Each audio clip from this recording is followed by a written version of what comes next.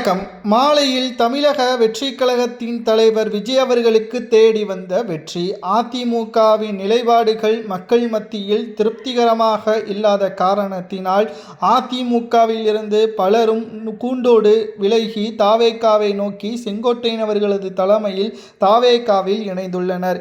மிகப்பெரிய ஒரு வெற்றியாக தமிழக வெற்றிக் கழகத்தின் தலைவர் முதல்வர் விஜய் அவர்களுக்கு 2 ஆண்டுகள் கட்சி தொடங்கி வெற்றியடையக்கூடிய அரசியல் களத்தை இவ்வளவு சுலபமாக உருவாக்கியவர் வேறு யாரும் கிடையாது, எடப்பாடி பழனிசாமி மட்டும்தான். அதிமுகவின் கணிசமான வாக்குகள் தான் தற்பொழுது திமுகவை எதிர்த்து தமிழக வெற்றிக் கழகத்திற்கு வரவழைத்தது.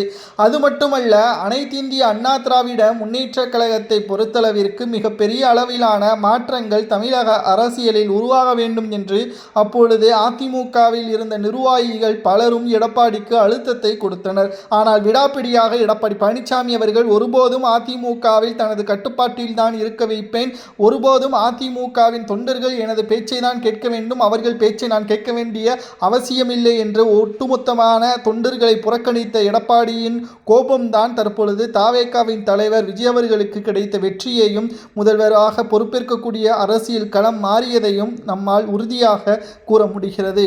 மேலும் சுமார் 24 முக்கியமான அதிமுகவின் நிர்வாகிகள் மீண்டும் அதிமுகவில் இருந்து விலகி தாவேகாவில் இணைவதும் தமிழக வெற்றிக் கழக தலைவரை அடுத்த எம்ஜிஆர் என்று கூறும் அளவிற்கும் அரசியல் களம் மாறியுள்ளது. அது மட்டுமல்ல, இனி வரக்கூடிய ஒவ்வொரு தேர்தல்களிலும் அதிமுக 3வது இடம்தான் பெறும்.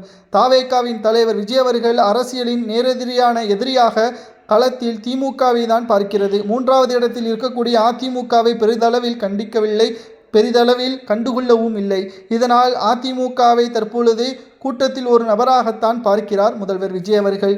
மக்களும் தற்பொழுது எடப்பாடி பழனிசாமியை மறந்துவிட்டார்கள். அரசியல் களத்தில் போட்டியே தாவேகாவிற்கும் திமுகவிற்கும் என்ற அரசியல் களம் மாறிவிட்டது. இப்பேற்பட்ட ஒரு அரசியல் களத்தை உருவாக்கியவர் எடப்பாடியின் ஒட்டுமொத்தமான ஈகோதான் காரணம் என்றும் தற்பொழுது சமூக வலைதளங்களில் கருத்துக்களை வைரலாக நம்மால் பார்க்க முடிகிறது.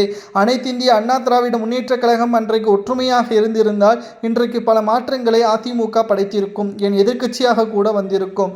ஆனால் எடப்பாடியின் பேச்சை கேட்டு ஒட்டுமொத்தமான நிர்வாகிகள் தற்பொழுது செய்த தவறுதான் இன்றைக்கு அதிமுகவில் இருந்து வெளியேறக்கூடிய ஒரு சூழலும் தமிழக வெற்றிக் கழகத்திற்கு வந்த அதிர்ஷ்டமாகவும் முதல்வர் பதவியையும் அமைச்சர் பதவியையும் தாவேகாவினர்கள் 2 ஆண்டுகளில் பெற்றுவிட்டார்கள். ஆனால் அதிமுக இனி இதுபோன்ற ஒருபோதும் வெற்றியடைவதற்கு வாய்ப்பே இல்லை. வரலாற்றில் அதிமுக செய்த பிழை எடப்பாடியை நம்பியதுதான் என்றும் அரசியல் வட்டாரங்களில் கூறப்படுகிறது. இதை பற்றி உங்களது கருத்துக்களை கமெண்ட் வாயிலாக கூறுங்கள். நன்றி, வணக்கம்.